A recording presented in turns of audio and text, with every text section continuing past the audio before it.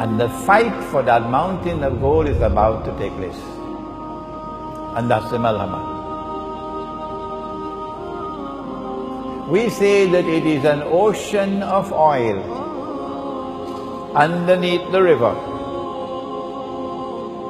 which one day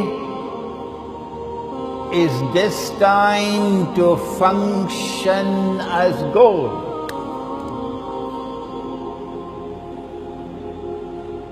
And that already happened.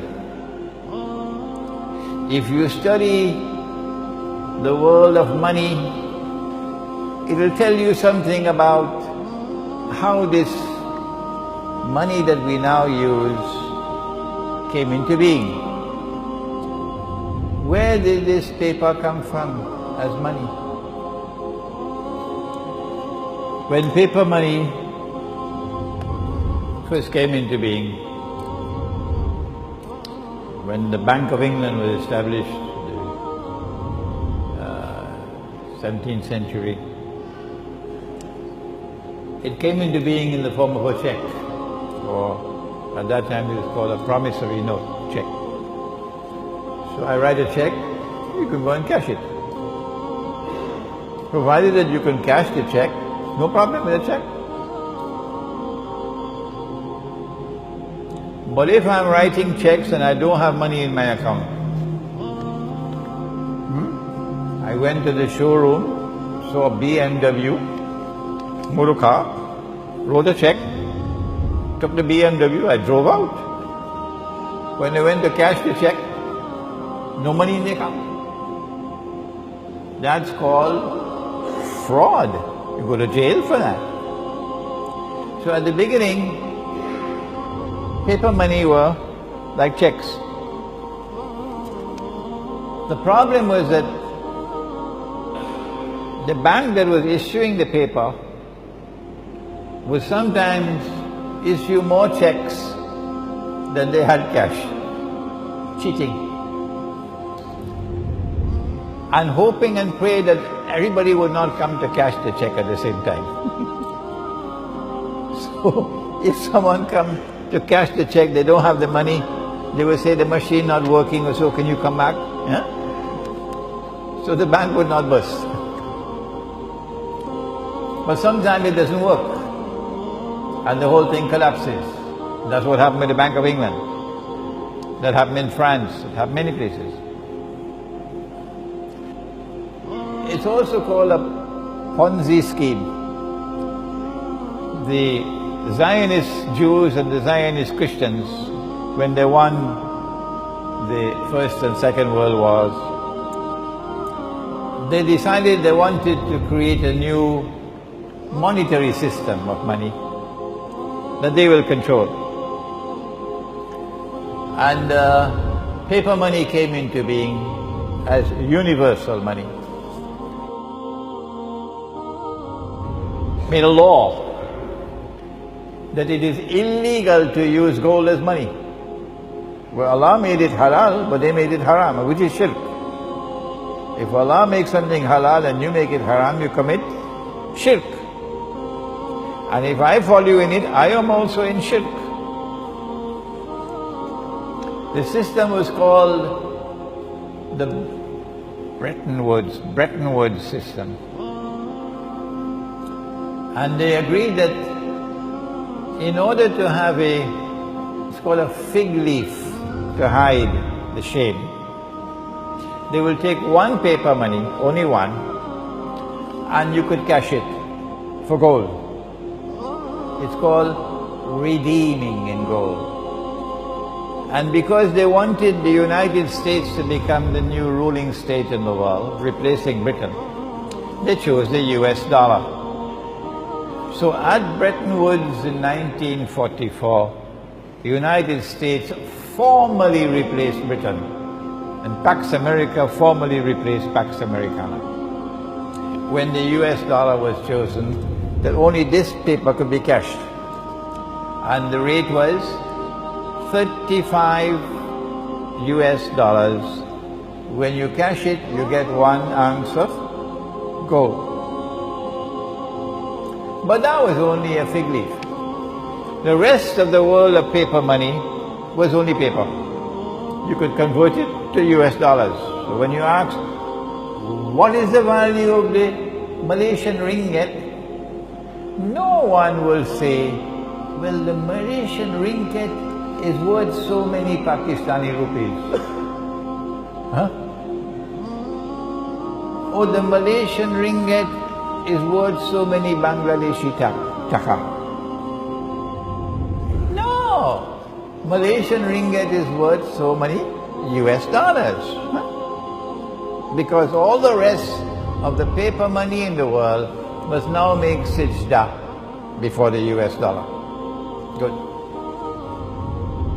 The problem was that the law permitted you, if you were a central bank,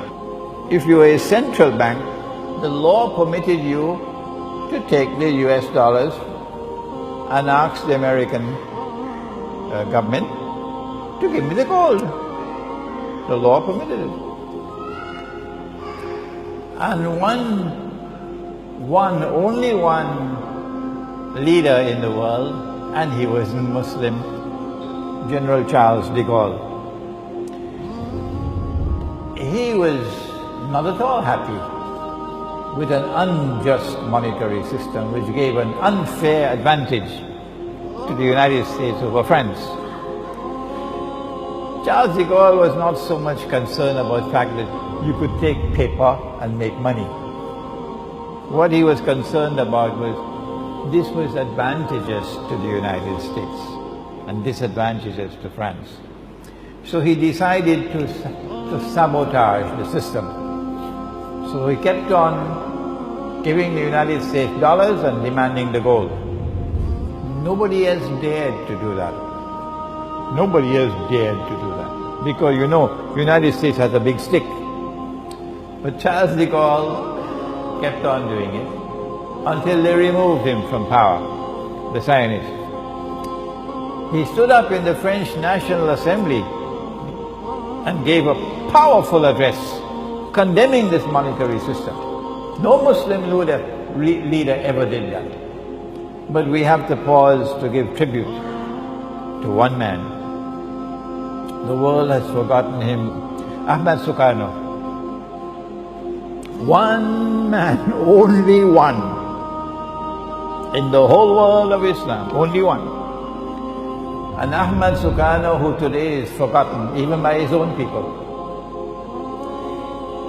He was so against this monetary system that he took Indonesia out of the IMF. And he took Indonesia out of the United Nations. And there are Muslims today who are so, to use a polite word, ignorant, that they would criticize Ahmad Soekarno for taking Indonesia out of the UN and out of the IMF. But Imran Hosein says this is the one leader that the world of Islam could be proud about.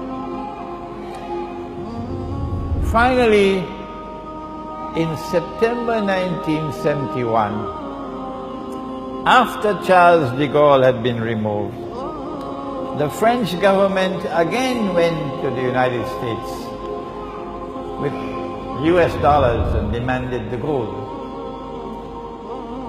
But now the United States realized that the game was up. They had printed too much paper and they didn't have the gold. Normally you should send the United States to jail. But who can do that? Huh? So what Richard Nixon did was to, Sunday morning, announce to the world, we gave our word, but we don't have to keep our word.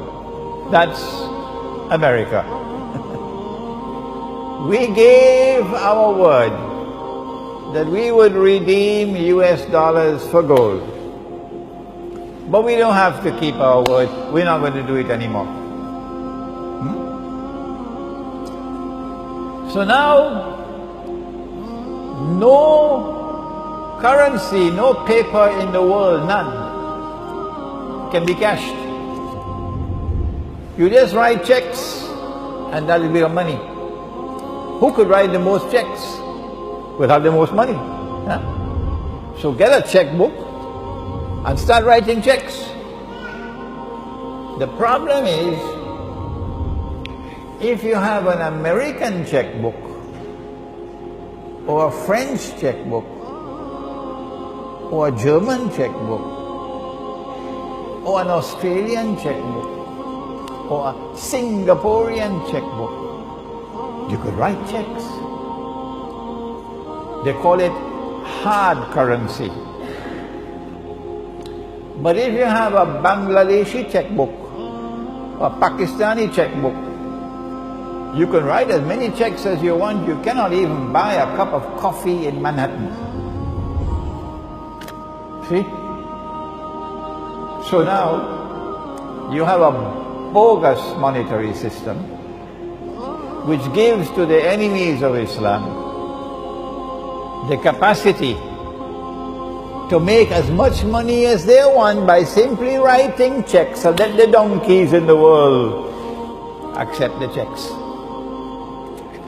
You don't have to work anymore to get money. No! In a world filled with donkeys, all you have to do is write checks. You could buy all the oil of Saudi Arabia free of charge. All you have to do is to get paper and pen and write checks. But this is a risk you're taking, because it's a house of cards. It could collapse. Once you had the gold, you had some security. But now the gold is no longer there. So from 1971 to 1973, they're searching for something to keep the house of cards strong.